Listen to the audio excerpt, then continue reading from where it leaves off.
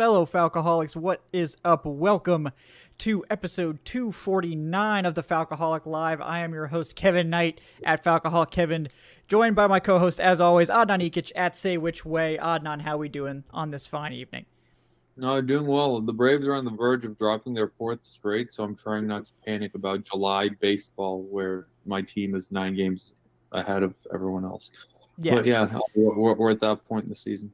Yep. That point of the season, that very tenuous time between any relevant sports. You know, July baseball, I'm sure is fine, especially if you're like crushing it like the Braves have been up until, I guess, the last couple of games. But you know, it's a difficult time. Thankfully, we're almost done with that. And to help us get through the last week before we have real football to talk about, we have Daniel Flick at DFlick Draft from Falcon Report, Sports Illustrated. Daniel, how we doing? Great, man. I mean, honestly, kind of upset over the fact I couldn't be on episode 250, but you know, I'll have to settle for 249. Kind of in the same boat, kind of worried about the Braves, not worried about the Braves, but you know, it's fun. I'm pumped to have training camp finally, you know, like a week away now, and finally closing in on football season again. It's been a long 6 months, I'm pretty sure, right? So I mean, ready to roll for sure. Yeah. Ready to roll. Happy to be on, and just really excited, man. Absolutely. Well, we're happy to have you back.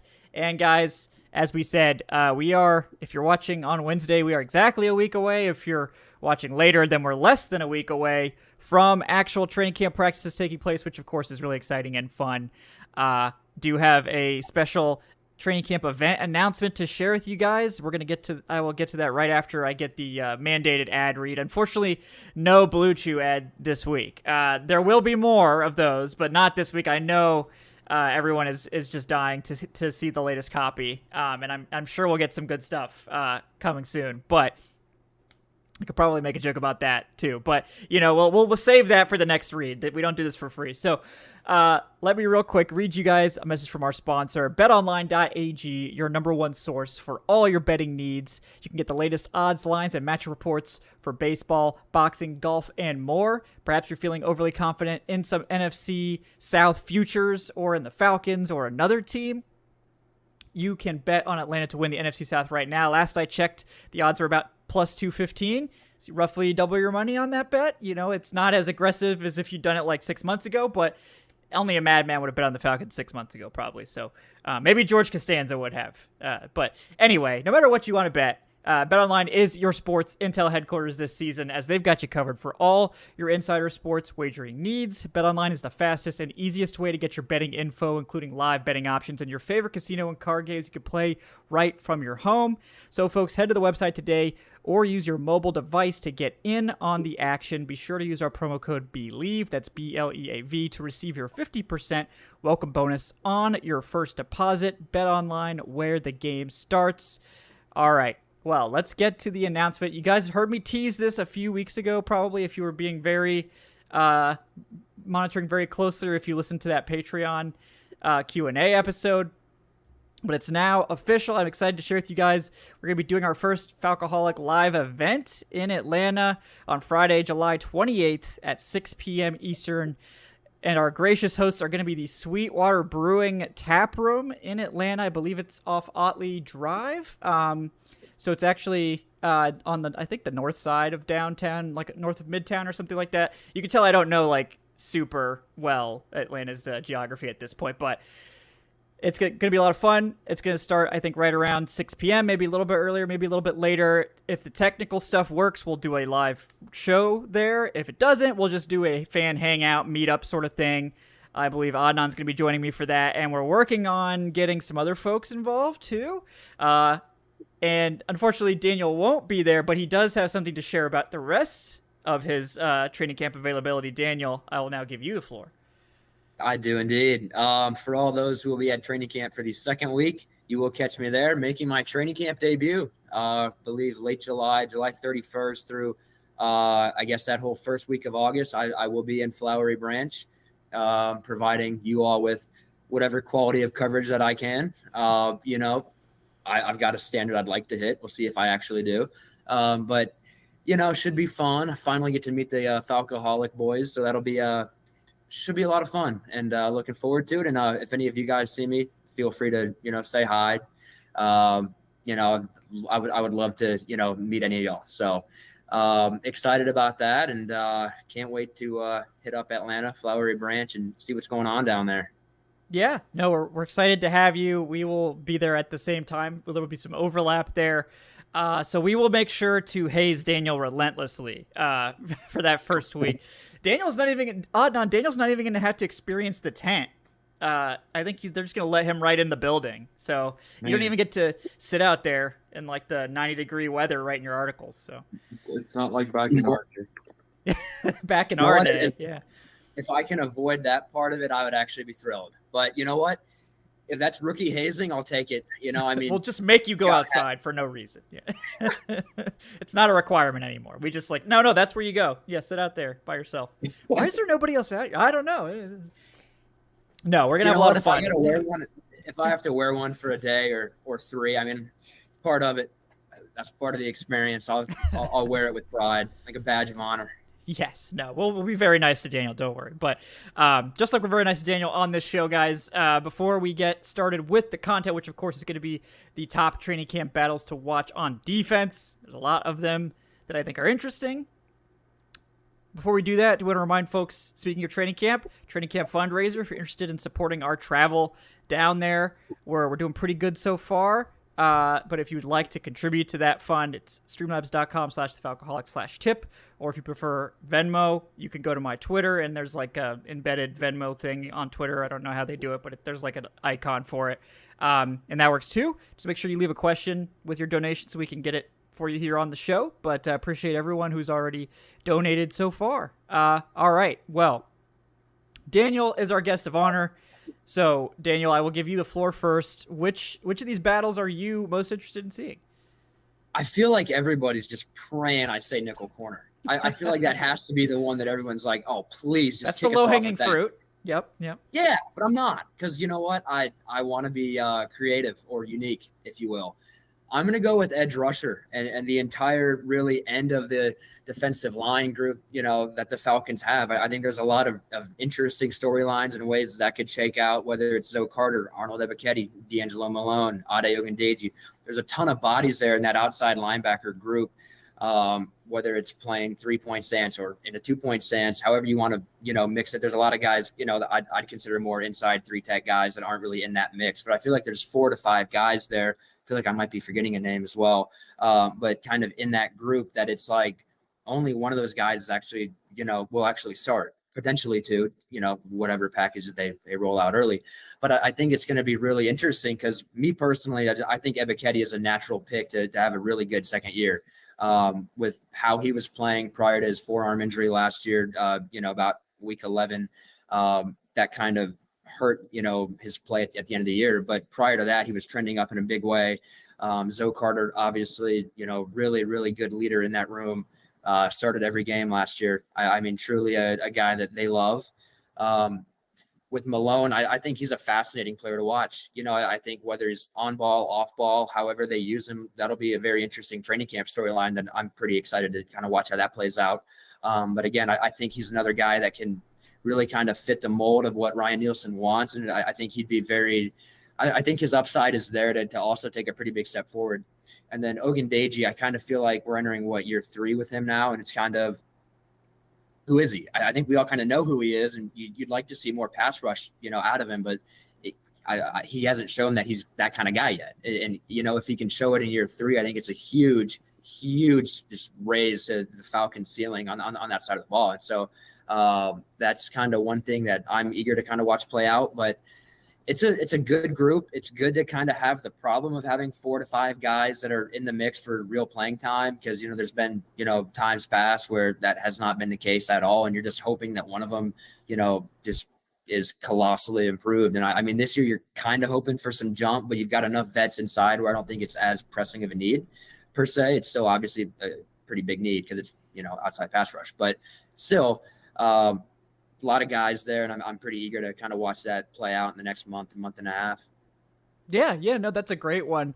Honestly, it's one of the more underrated ones because they added a ton of guys, like you mentioned, And there's a lot of interesting players in that group, but there's going to be some hard decisions because, depending on how you stack it, some people have Calais Campbell listed as an interior guy. Some people have him listed as an edge. I think he's going to play more on the edge, so I have him listed there. But, we know he could play inside too, so he's one of those guys that you could probably fudge where he's actually, listed on the depth chart and for the roster math purposes. But, Arnold Ebiketie, you have to think he's safe. Lorenzo Carter and Bud Dupree have guaranteed money, so you think that they're more likely to be safe than not. And that really just leaves rookie Zach Harrison, who seems very unlikely they would cut their third-round pick this year. Last year's third-round pick, D'Angelo Malone, and then Ade Ogundeji, who played a lot last year. I wouldn't say it was great, but did play a lot. So pretty crowded group there. Adnan, what are your thoughts sort of on how this group shakes out? I mean, yeah, I'm excited that we finally have a promising edge group. The edge group just in general the past few years has been, sort of dog shit.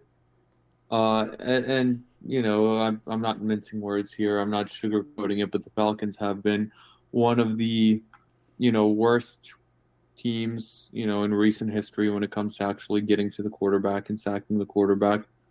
So I'm definitely excited about some of these veteran additions, some of these holdovers. I can't wait to see year 2 of Arnold Ebiketie. I feel like that's one dude where I think I'm most excited about seeing him in this defense, along with someone like a Troy Anderson, just to see his progress and his growth, because he's someone that as soon as the Falcons took him in the second round in the draft, we all said, all right, if there's going to be a guy here, this is going to be the guy. And I think having some of these veterans around him, like a Calais Campbell especially, will do wonders for him, just as a student of the game and as a student of the pass rush. I'm really looking forward to seeing his progress. One guy who I think whose job I don't think is super secure right now is Ade Ogundeji, where we remember a couple of years ago he was very promising as a rookie, and last year he just took this massive step back. And I think he's one of those guys where he could be one of those surprise cuts. Well, depending on your definition of surprise, but given where he was a couple of years ago, we were looking at him as a potential, long-term rotational pass rusher for this franchise. And now he's sort of become a bit of an afterthought after we got Ebiketie and D'Angelo Malone, who's another guy who I can't wait to see his progress this year. But I'm sort of worried about Ade Ogundeji's roster spot if he doesn't really showcase himself very much in training camp and preseason. But the edge competition, the edge battle, and just the edge position itself, I think will be maybe the most exciting this year than it has been since I can remember as a Falcons fan. Yeah, no, you're absolutely right. And it's it doesn't have a lot of star power. I mean, Calais Campbell obviously I think is the most notable name there, and I think he's really good. But I think honestly, we're not expecting double-digit sack like Jacksonville prime Calais Campbell. I think we're expecting a good player, a great player against the run, which he still is. But not the star power necessarily. But I think the average pass rusher, edge guy on this roster, has increased so much. Arnold Ebiketie last year was Arnold Ebiketie and Lorenzo Carter was if one of them had to leave the field, it was usually Ogundeji coming on, and he was one of the worst graded edge rushers in the league according to PFF. I thought D'Angelo Malone was better, but it was there was no depth whatsoever. It was completely you're going to practice squad guys if you take those guys off the field. And now it's just the floor is so much higher. I really like that they'll be able to rotate these guys. They'll be able to work in Bud Dupree and Lorenzo Carter, his versatile role. And it's interesting to me what they do with certain guys. Are they going to go more towards that typical 4-3 defensive end, or are they going to keep standing guys up? But yeah, Daniel, what do you think about how that group shakes out? Do you have a group of favorites at this point, or are you just wait and see mode? The Bud Dupree mention, I think at edge is very important. I'm glad you brought that up earlier. I just want to start with that real quick. I think that's a he's one of the names I forgot. I knew I was forgetting somebody. So a lot of guys there, which obviously is not a problem. I think when you look at that group, though, it's really a lot of fun. And I think, again, you mentioned the leadership of Calais Campbell, right? I think that's so important. And I think the way that I've referred to him all offseason is really like having a coach, pretty much like an extra coach on the field who's also going to provide 5 sacks, 10 plus quarterback pressures, and be a really good run defender, which is about, the ideal coach in my personal opinion. But Smith could do that. That's what I'm saying. That would be very helpful. The way that left guard got depleted last year, I think he was probably next up. And so, we were pretty close to watching that actually happen. But, I probably shouldn't have said that on live because all the people that are anti might have actually, could potentially incorporate that. They're going to clip that off. Yeah, they're going to clip that off and use it. Yeah. Have to. Yeah. But, no, I think, really excited to kind of watch how Calais Campbell is incorporated and, kind of more how they use him. Because as you mentioned, there's so many, a really big variety of ways they can use him. And I think, he's going to be productive in whatever age 37, he is at this point, but he's going to he'll bring you value. And I think that's pretty exciting to actually have a guy with a safe floor. Cause that, again, as we mentioned, has not really been a theme of years past. So eager to watch that. But, I've been on the Arnold Ikic hype train for a very long time. And so I think when you talk about exciting guys up front, I think he's really the one for me that it's like, can he take that next step and become, whether it's a 5 to 8 sack kind of guy in year 2, and then just kind of keep adding to it. And so I think I'm very eager to watch that play out. But I think really that whole group, there's a lot of talent up front. Zach Harrison, I forgot his name, in this instance too, because I was thinking more of 3 to 4 tech guys. But with Zach Harrison, I think upside there is so big. Whether he plays that much year 1, Arthur Smith kind of said probably not. But again, upside, can he kind of continually improve? I'm very excited to kind of watch him grow throughout the year. But I think you look at that whole group, Ikic for me is like the lead guy that I just really, really want to see him progress this year. Yeah, I think that Ikic is definitely going to be the number 1 pass rusher, or the expectation should be that he is. And I think it'll be a big rotation outside of him. I think there's a decent chance that he's more of the pass rush specialist just because they might want to keep him fresh for that role. And he's not the biggest guy. I think that he's bigger than people think. I think people get him and D'Angelo Malone a little bit mixed up, but Ebiketie only like 6'2", 260. So he's actually really thick for a guy that's 6'2", but he just has those 34.5-inch arms. So it's like the length is there, even though he's 6'2". It actually helps his leverage. I think that he's a little bit smaller there. And then we'll see. The big question to me is the depth guys, honestly, because I feel like the top 4 of Campbell, Ebiketie, Lorenzo Carter, and Bud Dupree, that because of their money or draft status, they're pretty much safe no matter what. Maybe Dupree is the guy on the shakiest ground just because it's they don't need the money that bad. So if they have to jettison his $2 million or whatever, it's not a huge deal. But I do wonder, what do they do? Ogundeji, maybe he, I think Aaron Freeman brought up a good point. If they're going to play more hand in the dirt 4-3 edge stuff, Ogundeji's probably a better fit for that than he was as a stand-up edge, where you could just tell he was uncomfortable. D'Angelo Malone is the opposite in that case, where he's more of that stand-up guy. But, and this bleeds into the linebacker conversation, but there was, a good point brought up again by Aaron Freeman, who was on last week's show, that maybe the team is eyeing D'Angelo Malone for a sort of Caden Ellis type transition, where Caden Ellis was an undersized college edge rusher that the Saints slowly turned into an off-ball linebacker that just rushed the passer a lot. And I think Malone could be a good fit for that role. Obviously, that would make him more of a depth special teams player this year, but that I thought was intriguing. Adnan, what do you think about Ogundeji and Malone and those depth guys? Do you think they both make it? Do you think only one makes it? Do you think they sort of shuffle guys' positions? What are you feeling there? I definitely don't think that D'Angelo Malone is going to get cut. I think he was a day 2 pick last year.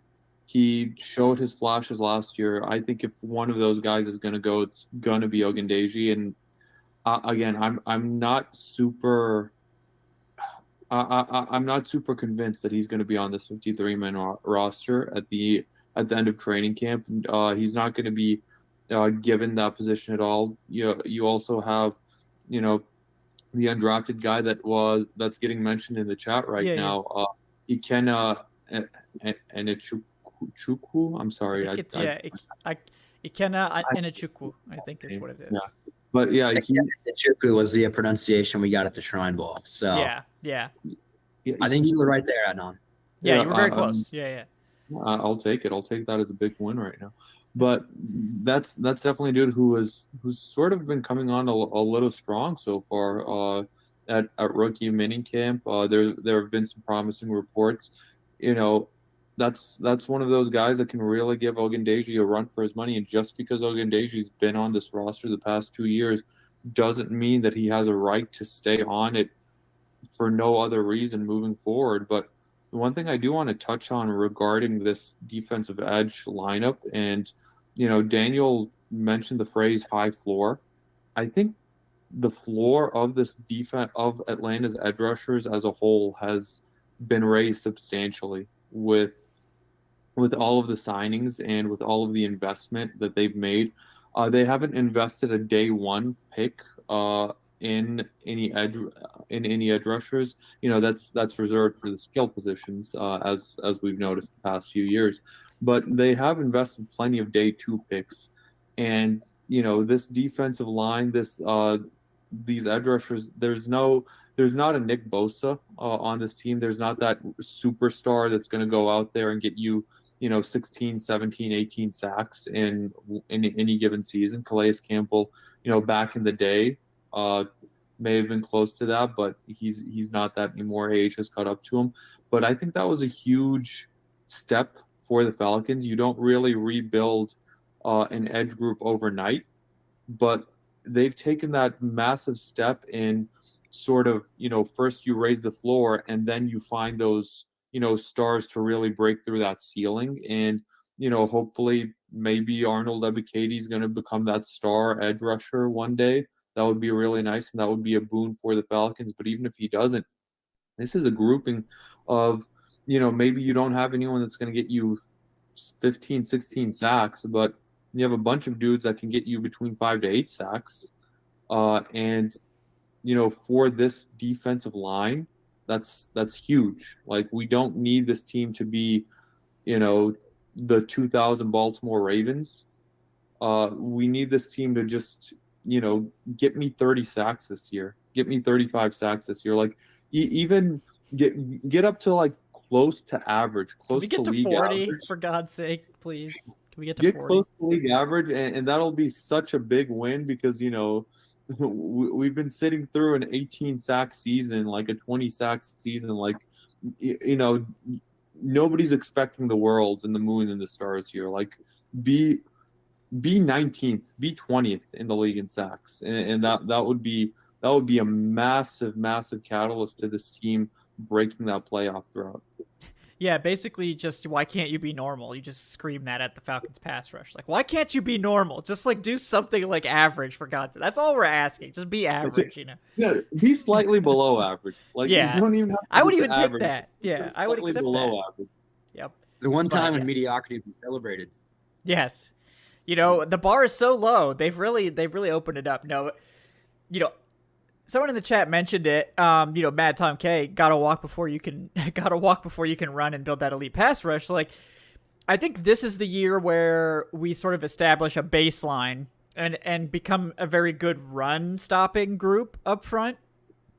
And that's really a tenet of Ryan Nielsen's defense and the Saints defense over the years when it's been at its best, is that they were an elite run defense. Like, that was the first thing they did. They stopped the run so that they could get into favorable third down situations. And that's half the battle on defense. Everybody sort of says like, oh, well, the run, it's not as important, whatever.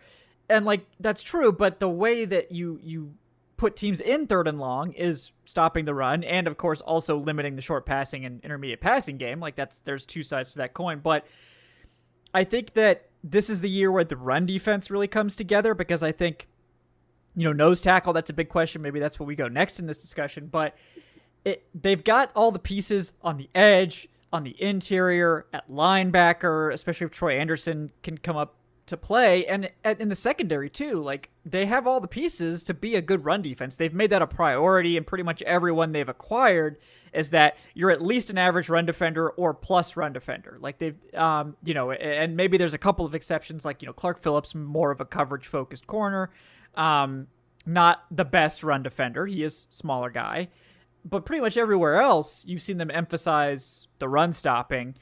And it's not like these guys are bad pass rushers, but I think that, Calais Campbell in particular, everyone's like, oh, he's the best pass rusher we've had in forever. He's the best run defender we've had in forever. I mean, this man is still one of the NFL's best run defending players, just period. I mean, he's so technical. He's so long. He's so strong. Like, he's just a complete brick wall. Long and strong. I like that. What is that? That's a lyric to something, right? I feel like it's a Blue Chew read. No, I'm pretty sure that's "Baby Got Back" actually. So bringing that song back to the forefront. But but yeah, no, we're gonna save that for the Blue Chew read next week. But yeah, well, on the topic of run defense, let's switch gears a little bit, because we could probably talk about the edge group for a long time and how it's not as depressing as it's been in years past. Let's move to the interior defensive line, where I think it's a little bit more settled, particularly at the top, because you've got sort of like the anti Ade Ogundeji and like Taquan Graham, who had sort of like a forgettable rookie season and then had like great year 2 before he got hurt. So they're sort of on like opposite trajectories, but you'd have to think Taquan Graham's pretty settled. Obviously, Grady Jarrett and David Onyemata completely safe. Maybe the best interior duo we've had since who knows? Really long time, that's for sure. And then it really just leaves you to the question of who's the nose tackle. And we did get Eddie Goldman back out of retirement. That's fun. And then the Falcons also retained Timmy Horn from last year, the UDFA nose tackle, who I thought honestly started to play better towards the end of the season. And then they also brought in Carlos Davis, the veteran, and a bunch of other guys. There's actually a lot of guys in this group in general. Joe Gaziano from the Chargers is sort of that Calais Campbell, like interior outside hybrid guy. So they brought in a lot of players here. Adnan, what do you sort of think about this group, and where are you sort of feeling nose tackle? Do you think it's going to be Eddie Goldman's job to lose, or do you have very little faith in him coming back at this point? No, I think it's going to be Eddie Goldman. I think he is, that established veteran presence who I know that he's been out of football for a year, but at his age, and, Eddie Goldman, looking it up right now, he's what? Well, he's only 29 years old, actually. Yeah, he's really not that old. And he hasn't played like a bunch. So he's really more like a 27-year-old in terms of like the amount of punishment that he's taken. Yeah, that's where I was about to go with it. Like he took a year off, and yeah, you do have to like sort of get back into the swing of things. But, that's still a year less of mileage on his body. He's still in his physical prime. He's a proven player on this defensive line. And I mean, yeah, you'll have David Onyemata as the starter next to Grady Jarrett. We know that. But I think Eddie Goldman will be a very, suitable backup. Timmy Horn, he was one of those preseason success stories last year. One of those guys that won that battle. And, it's nice. It's a nice story, but I think Eddie Goldman coming back will sort of, maybe doom him to the practice squad. I don't envision Timmy Horn beating out Eddie Goldman for that nose tackle job. Joe Gaziano is, he's a guy that Chargers fans were not happy with losing. We touched on that on the show, but I think Gaziano is versatile enough to where I think he will make this roster. But I think it'll be both he and Eddie Goldman that make the 53-man roster. But at the end of the day, I do think this is Eddie Goldman's job to lose. Yeah, no, I think that's a very good point. And I would tend to agree. I think Eddie Goldman's such a good player. Like, if he's on, that he sort of, I would just make him the favorite based on what we've seen. I mean, the last year that he played, even like at his sort of reduced, like he wasn't like prime Eddie Goldman when he last played in 2021, but it was still like average NFL nose tackle. It wasn't like plus, but it was still like solid play. So like if he's just that, he's probably still the best nose tackle on this roster. So unless the Falcons are looking to get younger, he's not making a lot of money here. I think he's making like $1 million. So it's close to vet minimum for a player of his experience level. Yeah, I'm curious what you think, Daniel, about this group. Are you sort of also on the Eddie Goldman train? Not exactly. Not exactly. I'll take the contrarian perspective here.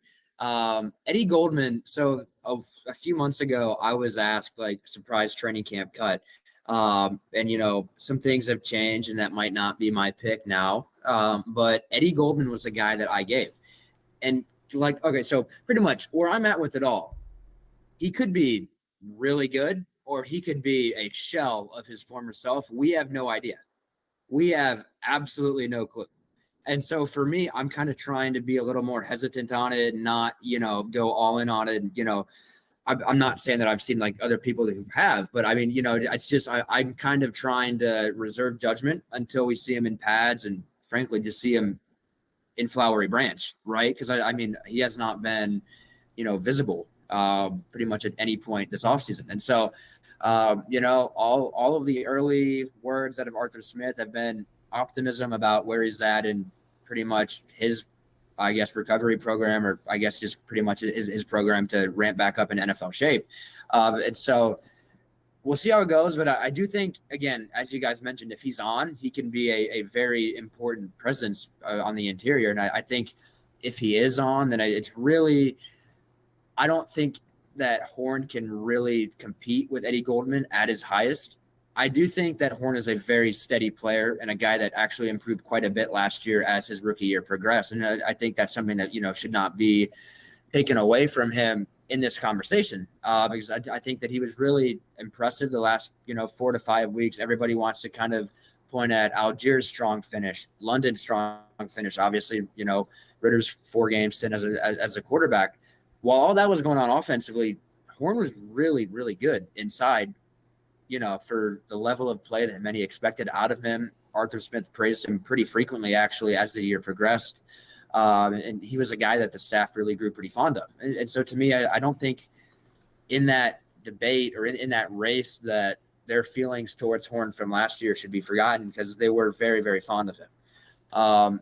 I would probably give Eddie Goldman I'd put it at about 65-35 right now in his favor versus the field. You guys mentioned a few others, Carlos Davis, Joe Gaziano, whoever it might be, if you're lumping him into that race. But I mean, you look at the way that Eddie Goldman, his pretty much entire career, there's a pretty good sample size of what to expect.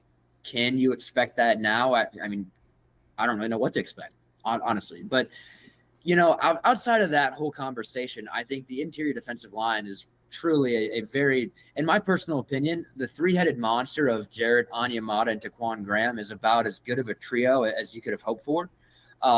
Personally, I am a big believer in Taquan Graham. I think the step that he took last year, it's crazy to think about it, but he still does not have an NFL sack. But if you look at his pressure ability inside, he's such an impactful player. I mean, you got to expect that he'll continue to improve. Hopefully, everything's all good. Obviously, last year had the injury late, or week 10, I believe it was, and cut his season short. But, again, he's supposed to be ready for camp, and you'd hope that he can, again, continue improving. Onyemata, what else can you say? I mean, I believe the number is that he had a 10% pressure rate last year, while the rest of the Falcons defensive tackles were at about 5%, 5.5%. That alone is enough to completely transform, your interior defensive line. And so I think that's – I wrote a pretty big profile on him a few days ago, and just about all the leadership that he's brought, and just how much his presence inside can kind of change some things. And I saw somebody mention that he'll just be a rotational player. Nothing about what he's done throughout his entire career, or at least in the last 2 to 3 years, and the trajectory he's been on, says he'll be a rotational player. I mean, he's a guy that I think will come in and be a very big addition early. And again, what he'll bring off the field is just as important as what he'll bring on it. And he's been unbelievable off the field so far. And so again, with Grady Jarrett, I mean, man, like, what else is there to say about him too? I mean, truly a staple of the organization. I think you look at interior defensive line as a very big strength of where the Falcons are at right now. And I think that's a pretty good spot. If you're going to try to build inside to out and, front to back as they have, I think the way that the interior defensive line is currently built is very, very encouraging. I think that's, again, with nose tackle, you're not really going wrong with whichever direction you go. It's Eddie Goldman's upside or it's Horn's safe floor, because we've already seen him play at a very solid level last year. And so I think really it's a good situation. I'm not trying to paint an entirely, bright, everything's perfect picture, but you got to feel pretty optimistic about where they're at, especially relative to years past. So it's a good group for sure. And I'm pretty eager to kind of watch how it plays out as well.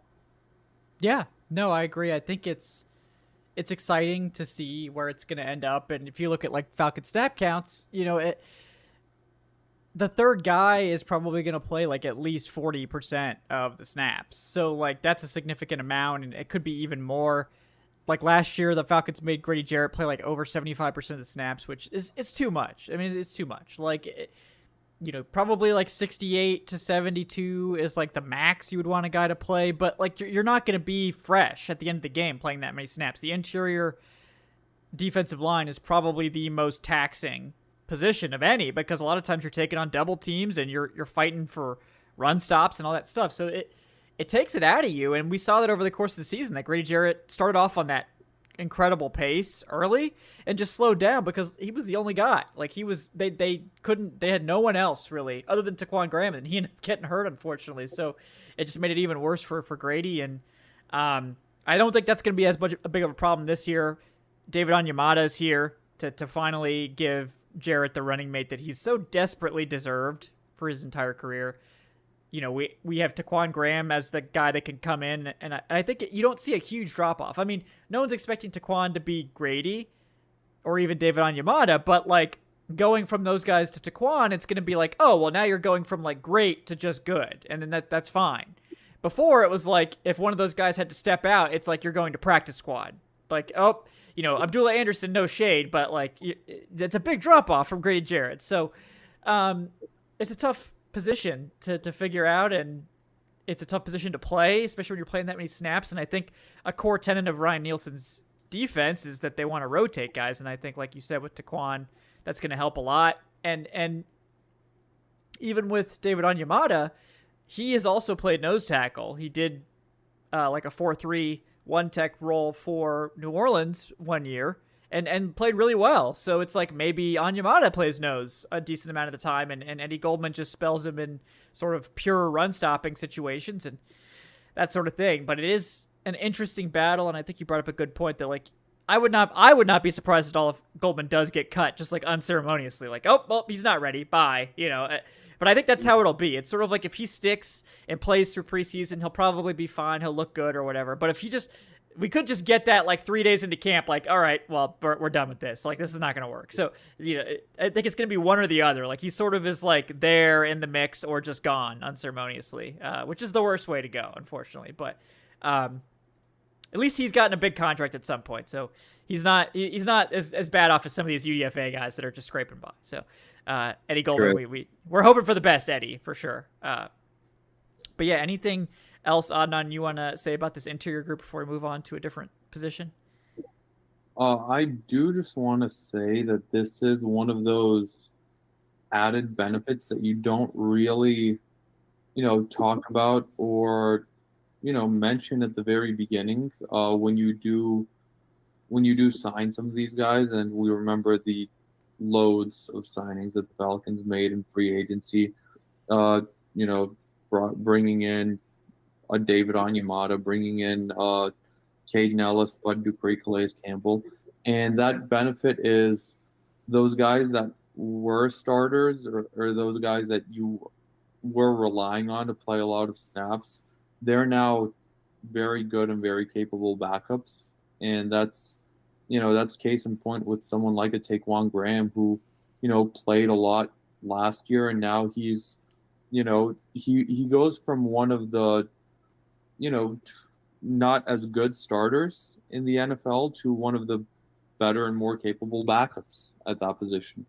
And, like you said, you can spell some of these guys and you don't really lose as much when a Grady Jarrett has to come out and rest for a little bit, when an Onyemata has to come out and rest, when a Calais Campbell has to come out, a Caden Ellis has to come out, and one of these guys who were getting more snaps last year, Arnold Lebicady, D'Angelo Malone, maybe Michael Walker if he makes the team. When they come in and spell them for those snaps. So I think the coaching staff and the front office has put a lot of emphasis on depth, and there's two ways to go about that, and the Falcons went about it the more fun way. The first way is to go out and actually sign guys who you expect to be backups, and the other way is to go out, sign guys who are going to be starters, and to make your previous starters your backups, because they'll probably be better in those backup roles. So that's one of those added benefits for the Atlanta Falcons moving forward, that it's not going to be the end of the world when Grady Jarrett checks out, and the defense isn't going to fall off the cliff. So that'll be nice to see. Yeah, it'll be refreshing for sure. Yeah. Okay, so now we should probably get to the marquee discussion, which is slot cornerback, which is the one that everyone probably tuned in to listen to, and we've professionally teased this out until we're like 40 minutes into the pod. We really buried the lead on that one. Huh? Yeah, but that's what we did on the offensive show too. We didn't talk about wide receiver until we were like 45 minutes in, but this is the one that I think that most people go to. It's the low-hanging fruit, and for good reason. It's probably the most wide open of any of these battles, and it's for a starting position, which there honestly aren't starting positions really up for grabs, I would say, on this defense. I mean, I think maybe like who starts opposite, Calais Campbell maybe is like slightly interesting. Is there going to be a run guy, and is Arnold Ebiketie the pass rusher, or is he just the full-time starter? There's a couple of spot nose tackle maybe, but is that a full-time starter even? Who knows? It's really like slot corner is the big one, where this is going to be a guy that's going to play more than 50% of the snaps and going to be a huge part of the defense, and we don't really have any idea who this is going to be. We know that as of right now, maybe surprisingly, D. Alford is the starter. He is currently working with the first team. We know that the team signed Mike Hughes, and Hughes said that they liked him in the slot. So he's going to be in the mix, it sounds like. He's also going to be in the mix at punt returner, and has, I think, played better outside, honestly. So I think no matter what, he's probably safe as like a primary depth piece, but certainly as someone who will be a factor in that battle. And then we have rookie Clark Phillips, who we haven't really heard a ton about. And there's speculation that the team will want him to move into the slot. I personally think you try him outside first, and see how he does, because that's what he played in college, and he was good. And maybe he's just the next DJ Reed, who's just a short king at corner. Maybe he just makes it work. But I'm curious, Daniel, what are you thinking about this group? Do you have a favorite right now in that slot corner competition? Yeah, and just one other quick thing. If there's one thing we know about the Falcons, it's that they love their short kings at corner. That is one thing about Terry Fontenot and Arthur Smith. They are short king truthers to the moon. The one other thing, I think it's amusing that we went 45 minutes in and we had as many Abdullah Anderson strays as slot corner mentioned. So if Abdullah tuned in to hear us talk about the slot corners, he had a really rough first 45 minutes. He was just like, just pulls the headphones off. Just like, wow. Oh, yeah. No, he's probably long gone by now. But nickel corner, I think D. Alford right now, you have to believe that entering training camp, he's got to be, I think, the favorite in the clubhouse. And entering OTAs, I wasn't really on that train, but it does kind of seem like throughout that whole process, he was the top guy at nickel. And I'll throw a little teaser out there. I should have an article up tomorrow or the day after. I recently actually talked with D. Alford, and so I'll have that up hopefully pretty soon. We talked about quite a bit, but I think he's the kind of guy that his competitiveness really impressed last year's entire really defensive coaching staff. You got pretty much a brand new staff out there this year, apart from Frank Bush. But I mean, so far, all indications are that the whole new group loves him. And so I think it's not really surprising when you consider how just competitive, feisty, aggressive he is, how much he loves Atlanta. I mean, he's a guy that really, he grew up a Falcons fan. His whole family's Falcons fans. Everybody, he grew up wanting to be like like Mike Vick. And so, I mean, he's been a Falcons truther for 20-something years by now, and so not always, the life that I'm sure he was hoping for as a Falcons fan. But now, I mean, he's looking at a chance to start in the slot. And I think really he's got to be the favorite. I think if you look at last year, improved pretty much week to week. His transition from the CFL wasn't – it was never – I think the way that he performed throughout training camp, preseason, everything kind of set expectations a bit higher. And then, he kind of had a little bit of a rough start, obviously sealed the win against Cleveland with the late interception, but it wasn't always, perfect. And it won't be at corner, right? And I think he kind of learned that. And I think by, season's end, he was a really reliable slot corner. He played quite a bit in those 4 or 5 defensive back looks whenever Atlanta, pretty much rolled them out. And I thought he played pretty solid ball. He's added mass over the last few months. He feels like he's a lot more physical now, which is obviously a huge part of it. I think it's going to be interesting watching how Clark Phillips in particular ascends throughout training camp. Because again, OTAs, Arthur Smith historically has not thrown rookies into the fire throughout OTAs and throughout pretty much the entire early portion of summer. And so I think with Clark, it's going to be kind of fun to kind of watch how he adjusts from, 3rd, 4th string OTA guys who are still playing at a high level relative to, every other level of football, just because it's naturally, it's the NFL, it's how it is. But I think, his first few practice sessions at training camp facing a guy like a Drake London or a Matt Collins, who obviously was very productive last year, how does he kind of handle that? If he's seeing, players of that caliber in the slot, I think he's kind of the one guy that I believe, Kevin, in our post-draft podcast, I think I said by about week 4, it wouldn't surprise me if he's a starter at nickel. I'm gonna kind of fade that take a little bit at the moment. But again, I do think he's still a guy very, very high on his future. I'll word it that way. I'm very optimistic that he'll be a good pro, a very good slot corner as well. Again, another guy that I think you'll kind of see improve as the year progresses. Obviously, I mean, it's a regular rookie curve for him, but I think Clark in particular should see a fair amount of snaps early and only have his role increase as the year goes on. Mike Hughes, I think, is kind of the wild card here. Obviously, I believe he's making more money than Isaiah Oliver this year, which if he's not, it's very close. And so I think that kind of says a lot about, how highly the Falcons think of him. Is he a reserve outside corner?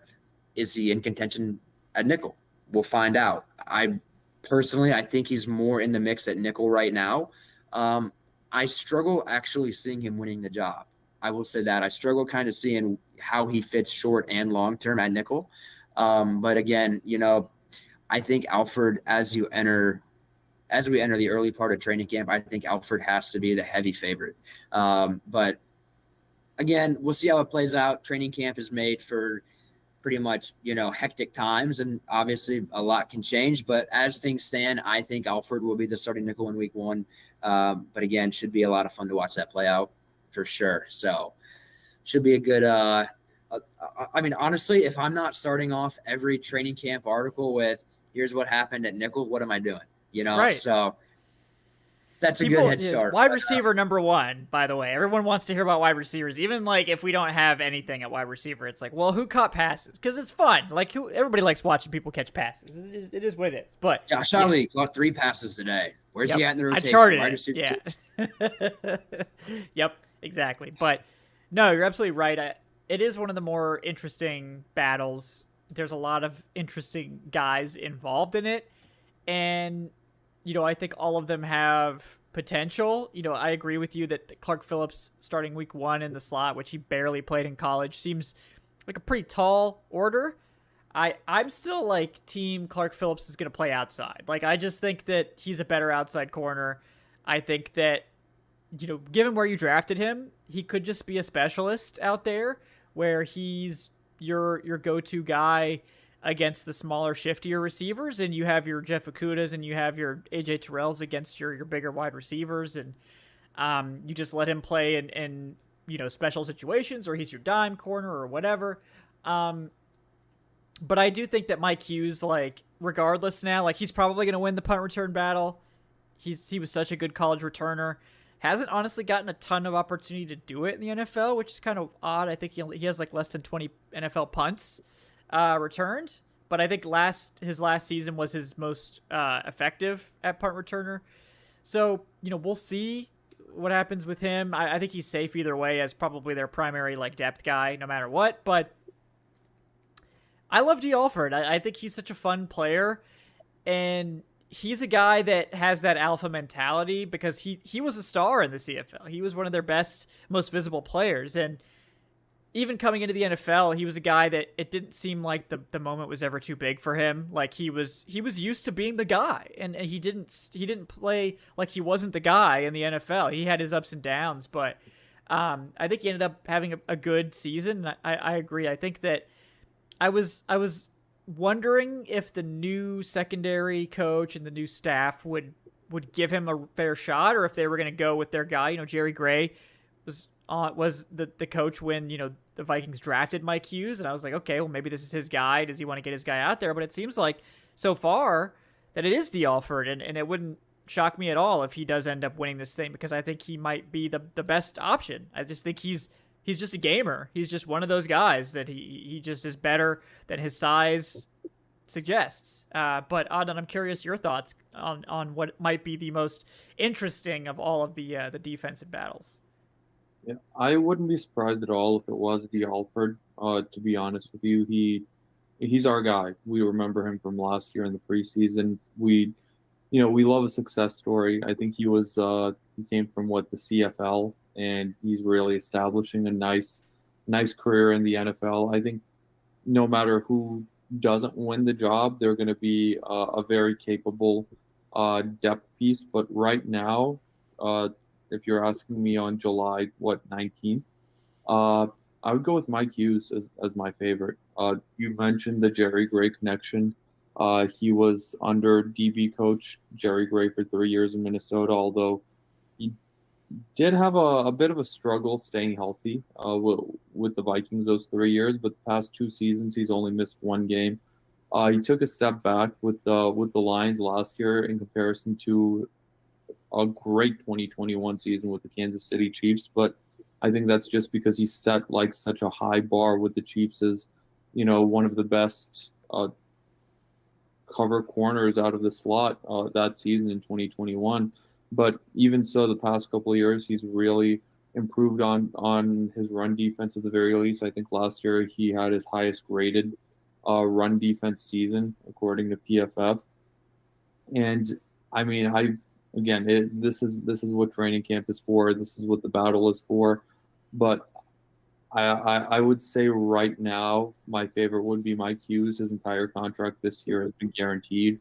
I don't think that the Falcons did that for no reason, and I don't think the Falcons did that, just expecting him to be nothing more than a backup. Even though his value is higher now with Avery Williams down and with him being the primary punt returner.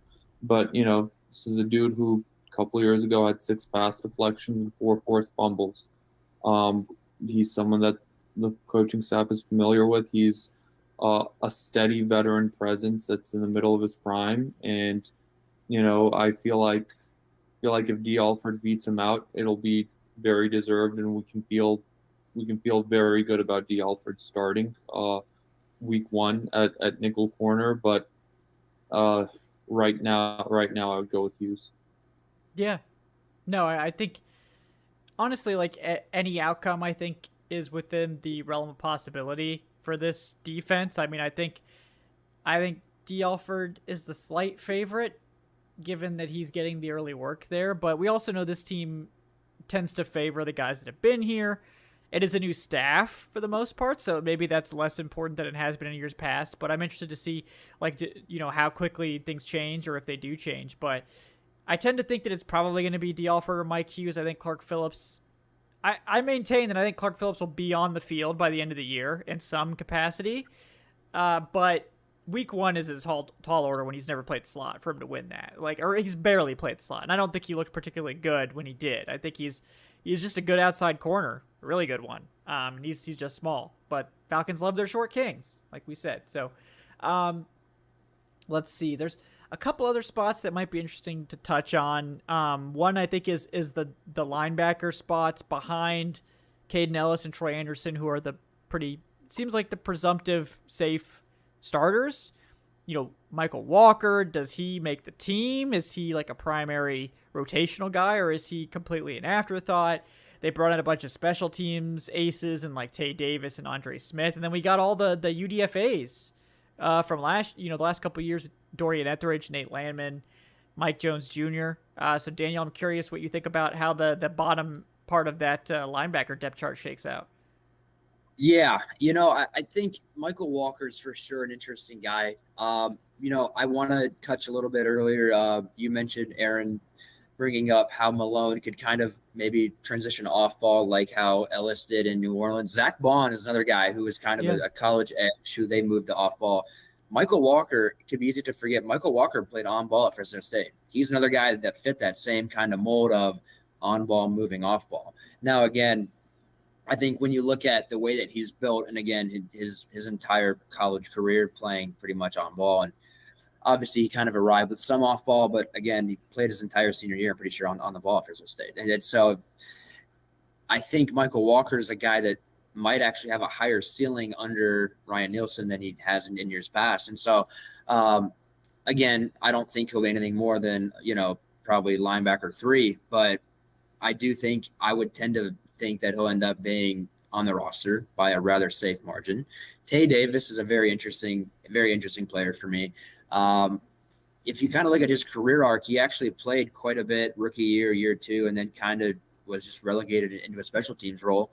And it's kind of just where he's been. And so when you're looking, obviously, as you're trying to fill out a roster, the special teams guys that are proven impact players on special teams are very important. And that's oftentimes a very big factor in who makes the cut and who ends up on the outside looking in. So I think Tay Davis is a very, very viable roster candidate.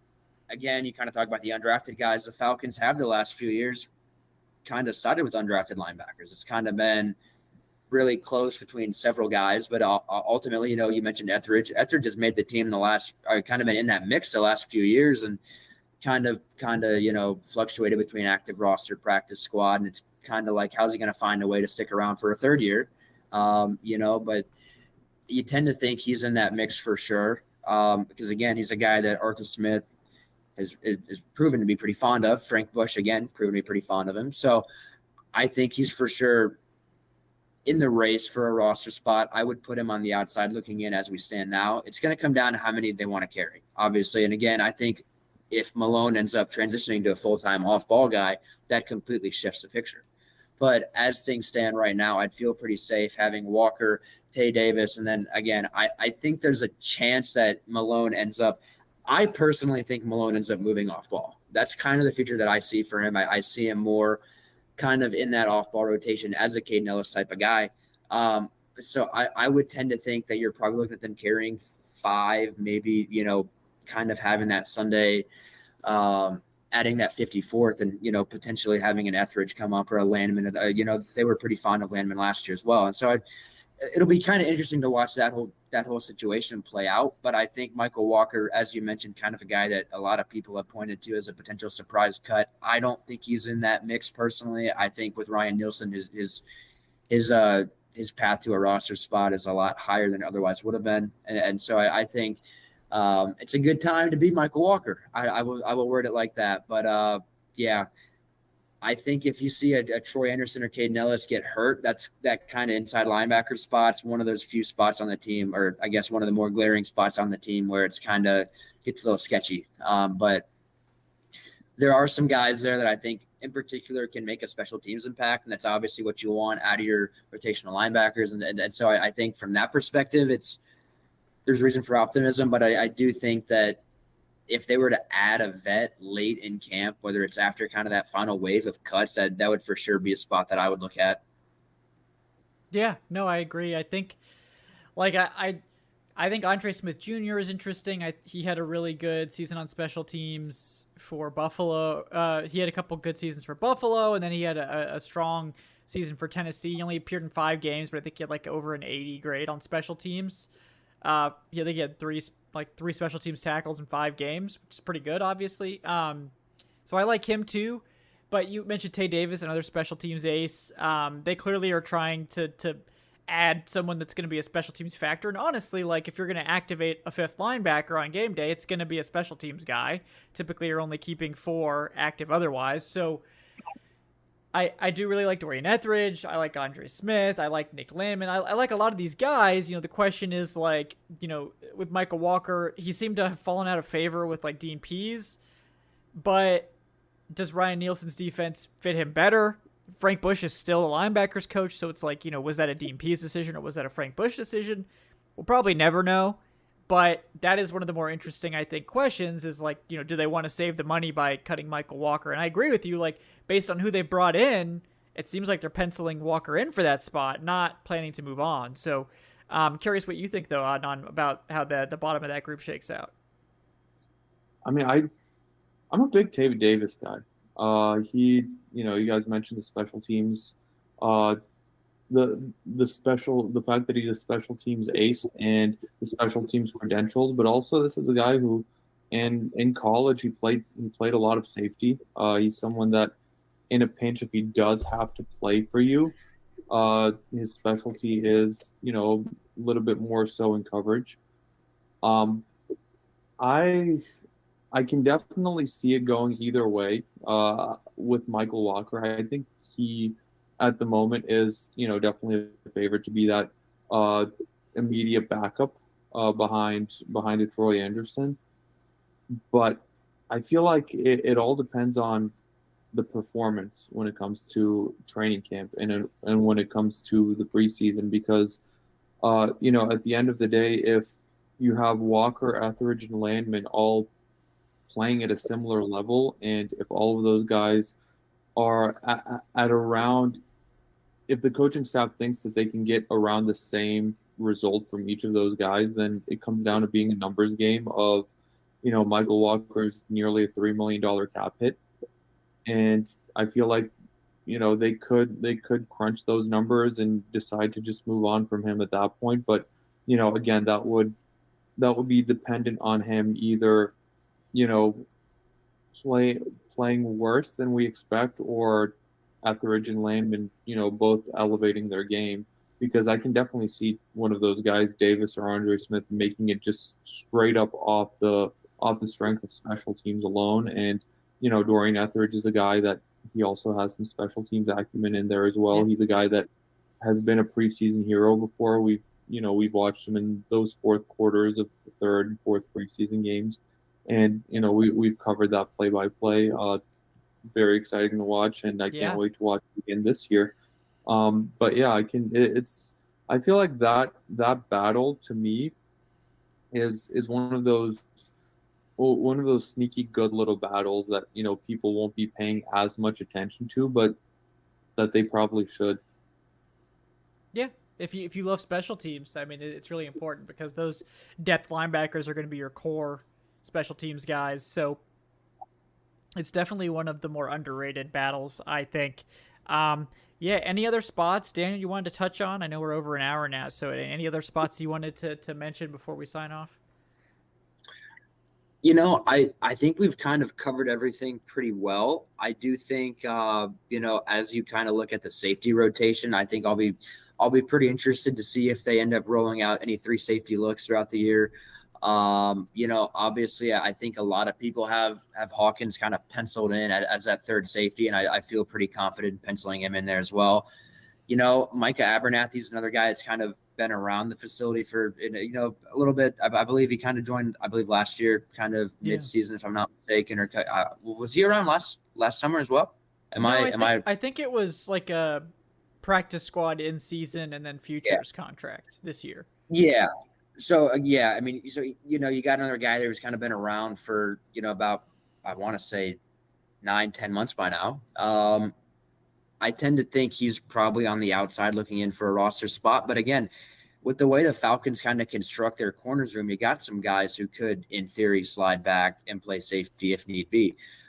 Just with the way that, the play style and skill sets are. And so I think that's kind of something to monitor is the number of safeties that they carry. And again, the way that they use them, because I think top two, you gotta love the tandem at the top. I think you have to love the top two. And I think with Hawkins there too, you got a pretty solid group. And I think it'll be kind of fun to kind of see them work. And I think there might be some interchangeability there as well. And I think that's going to be fun. And I think Ryan Nielsen can have a lot of fun with the secondary as a whole. But again, I don't really think there's a pecking order question there. I think we kind of know how it's going to look. It's just going to be about how they kind of, if they find ways to put all three on the field at the same time, which hopefully training camp provides a bit of insight on that. I do think there's some ways, whether it's putting Hawkins or Grant at nickel.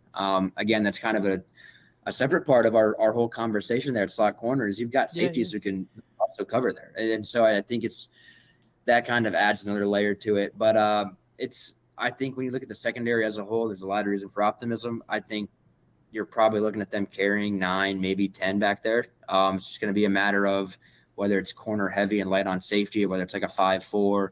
So I think numbers is more of the more interesting part of that, rather than a straight this guy versus that guy type of, conversation. But should be interesting to kind of watch that all play out.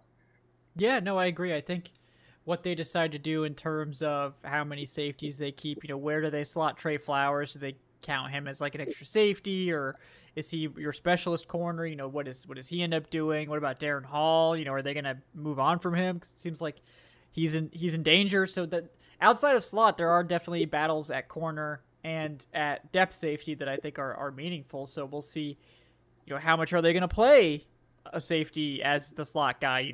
Obviously New Orleans did it a bunch with Chauncey Gardner-Johnson. So it's possible that they go that route as well. So I think it's one of the more interesting things, because we don't really know what Ryan Nielsen's defense is going to look like. It's been very obviously simplified stuff in everything we've seen so far at like mini camp and OTAs and the stadium practice. It's basically been, completely vanilla, just practice. So training camp is going to be the first chance we get to actually see what the defense is going to look like schematically speaking. And I'm excited because I think that's one of the bigger questions is like, what is this actually going to look like? Is it going to be Dennis Allen's New Orleans defense, and that's what Nielsen wants to run, or is it going to be something different? Now that he's out of New Orleans, does he want to do something different than he's done before? So we're going to find out. But before we do, Adnan, any other positions you want to touch on, any other battles or spots that you wanted to mention before we signed off? I think we, let's talk about that kicker battle between Matthew Trickett and Younghoe Koo. Yeah. They gave him a 2-year deal. That means they're serious about him. Hey, you never know. Hey, yeah. Never forget the Giorgio Tavecchio season with him and Blair Walsh in that kicking competition. That's a deep cut from nightmare fuel. Yeah. Yeah, from the late 2010s right there. I think we did a good job of covering the big ones. Like, obviously there's we didn't get to every single position, but that's because we expect AJ Terrell and Jeff Okudah to be the starting outside cornerbacks. I don't think there's going to be any surprise when we see Richie Grant and Jesse Bates as the starting safeties. But I think regarding the actual like battleground positions, I think we really hit on all of them. Yeah, no, I think we did a good job. Great job, guys. Great job by us. Hitting the main battles in this defense, the top ones to watch. Obviously, things could emerge. We could see some surprises, but that's part of the fun of training camp, and we're not capable of predicting every single battle and little outcome. So that's part of the fun. But we will be there for at least the first week. I think we'll have eyes on for the Falcoholic. I know Daniel will be there for a couple of days. Adnan will be joining me for a while. And again, guys, we hope to see a lot of you at our Falcoholic hangout at Sweetwater Brewing on Friday, July 28th at 6 p.m. We'll have official, event pages and all that stuff coming out soon, but I did want to break the news to our loyal live viewers first, so we hope to see you guys there. If the tech stuff permits, we'll try to do a live show. Maybe we get some live Q&A and stuff like that. That'd be a lot of fun. Also, I believe we'll be getting, there'll be a special as well, 10% off, I think, food and drink. If you mention that you're there for the meetup, you'll get a discount. So, hey, they got a lot of good beers and I've heard the food is good. I've never actually been to the tap room. I've sampled some of their beers on the show and when I've been down in the South, but quality establishment, and obviously since they're hosting us, they're the most quality establishment of all. So they clearly have impeccable taste.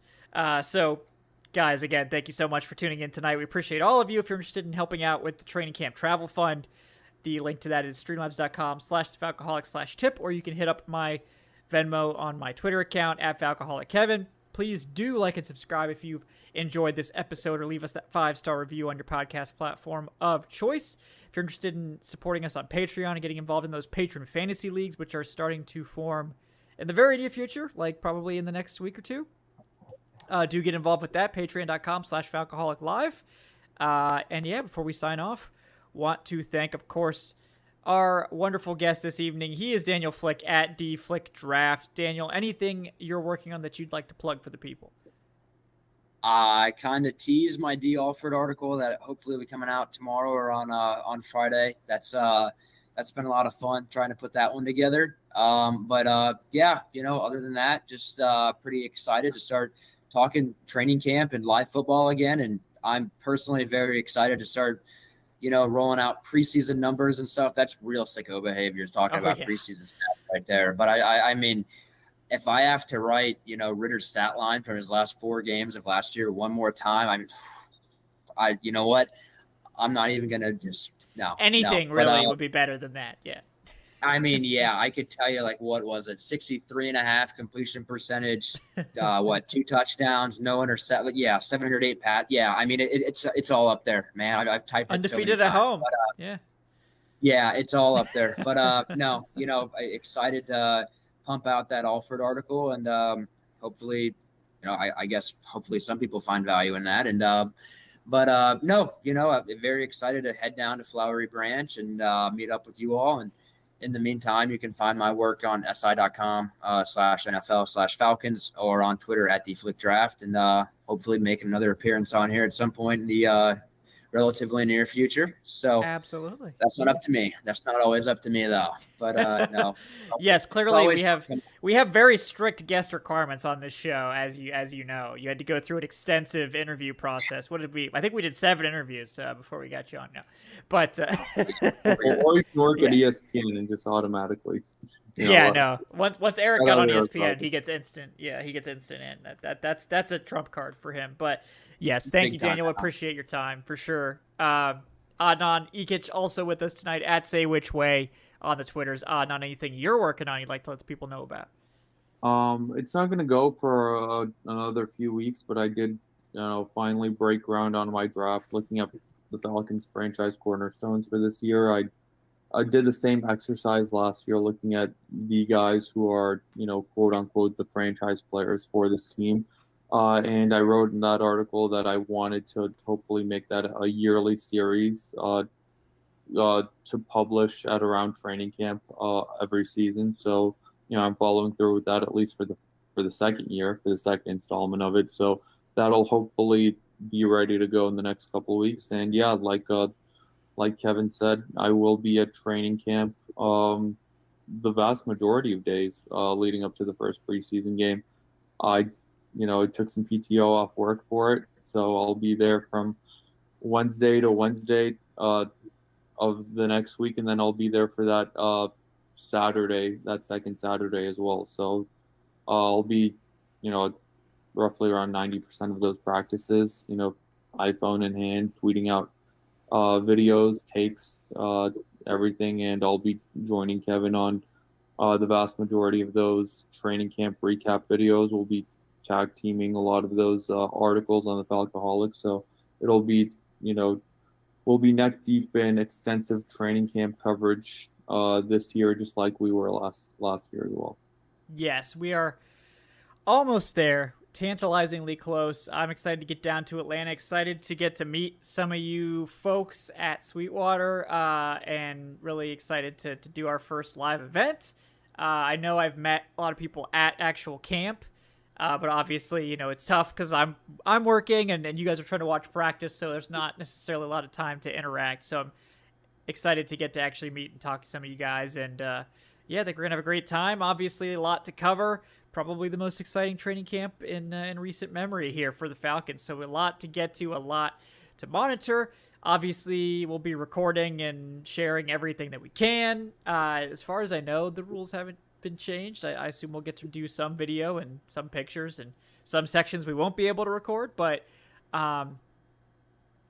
we'll see, and we'll report on every little bit that we can. But until next week, guys, thank you so much for tuning in to the Falcoholic Live. Today's show was brought to you by BetOnline.ag.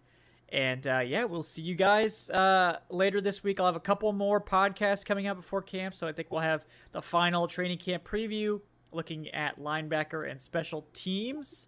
And then on Monday, we will have my pre-camp 53-man roster projection. So for all you roster sickos that want my final predictions before training camp actually even starts, so it's like, what am I even basing this off of?